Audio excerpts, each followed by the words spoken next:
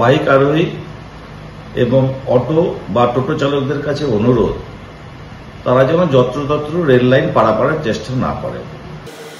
অবৈধভাবে rail line পারাপারের প্রচেষ্টা যে কেবল রেল চলাচলের পক্ষে বিপজ্জনক তাই নয়, এতে কিন্তু অটো টোটো চালকদের বা তার যাত্রীদের এবং বাইক আরোহীরও প্রাণহানি ঘটতে পারে।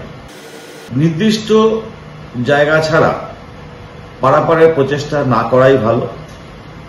আমরা বিভিন্ন জায়গাতে লেভেল ক্রসিং গেট রেখেছি, সাবওয়ে আছে, রোড ওভারব্রিজও আছে। এই সমস্ত বৈধ যাত্রাপথে পারাপার না করে যেখান সেখান দিয়ে রেল লাইনে টোটো বা অটোর মতো ছোট ছোট যানবাহন উঠিয়ে দেওয়ার চেষ্টা খুবই বিপজ্জনক। আমরা প্রতিনিয়ত প্রচার অভিযান চালিয়ে যাচ্ছি।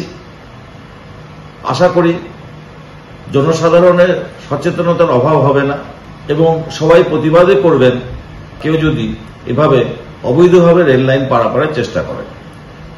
এ প্রসঙ্গে জানিয়ে রাখি, আজই এ ধরনের একটি ঘটনা ঘটেছে। ক্যানিং লাইনে একটি ট্রেন যাচ্ছিল সোনারপুর থেকে চম্পাহাটির মধ্যে। সকাল 11:06 নাগাদের ঘটনা।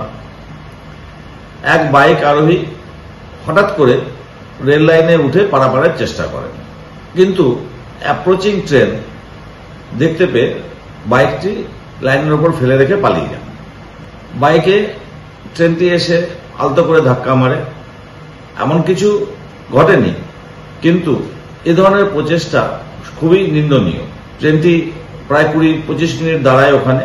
স্থানীয় জনগণ এবং যাত্রীদের চেষ্টায় বাইকটিকে রেল লাইন থেকে সরিয়ে দেওয়া হয়। তারপরে ট্রেনটি 11:30 নাগাদ আবার যাত্রা শুরু করে। প্রায় 25 মিনিটের ডিটেনশন।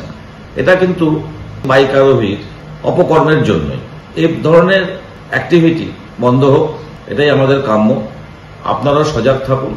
যত্রতত্র অবৈধভাবে পারাপারের চেষ্টা দেখলে তাকে প্রতিহত করুন। ধন্যবাদ।